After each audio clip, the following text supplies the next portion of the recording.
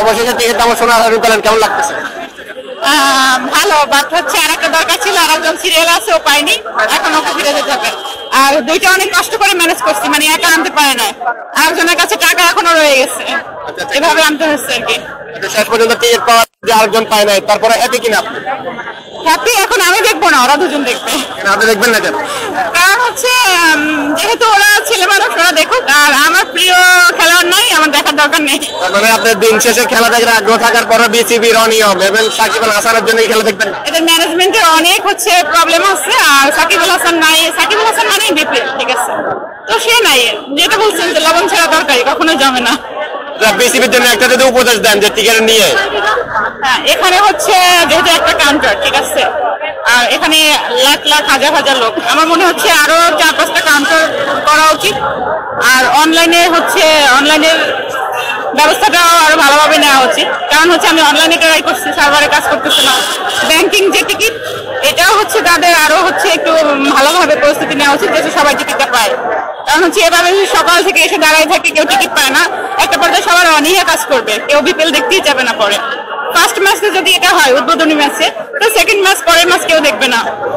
আপনি বলবেন যে এমনিতে মানুষ বিপিএল দেখার আগ্রহ নাই, তার মধ্যে এমন অনিয়ম হলে মানুষ আমরা দেখতে আসবে, এটা একটু বিপিএল দেখার তো আগ্রহ নেই, ঠিক আছে।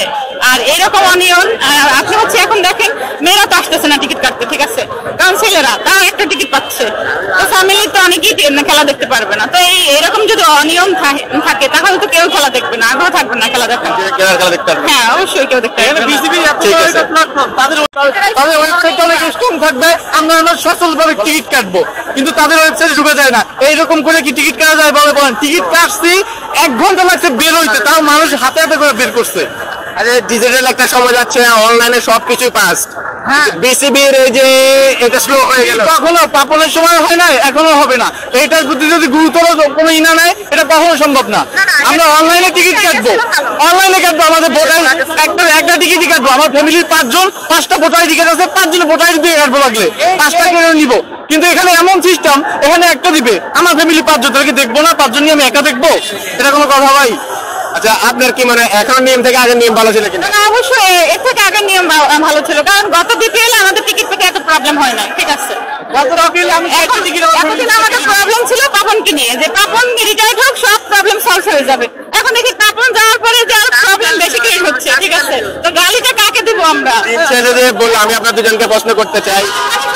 না, এখানে হচ্ছে বিসিবির যে সভাপতি প্লাস হচ্ছে যে উপদেষ্টা, মানে আমি ওভারঅল সবাইকে বলতেছি যে সবারই প্রবলেম আছে, তো ম্যানেজমেন্ট শুরু থেকে দেখতে হবে, ঠিক আছে।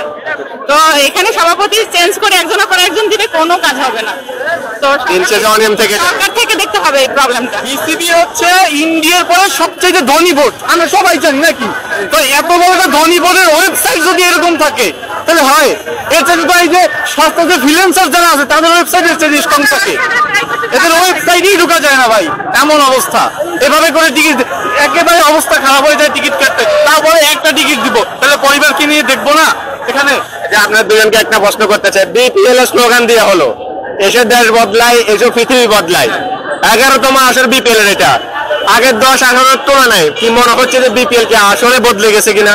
ভাই, বিপিএল এর বদলেছে কি? তারা একটা কনসার্ট করছে, এইটা করছে, মানে এমনি তাদের যা আছে তাদের গুলো ঠিকই বদলাইছে, মানুষের যে হ্যাসল এটা কমে নাই ভাই।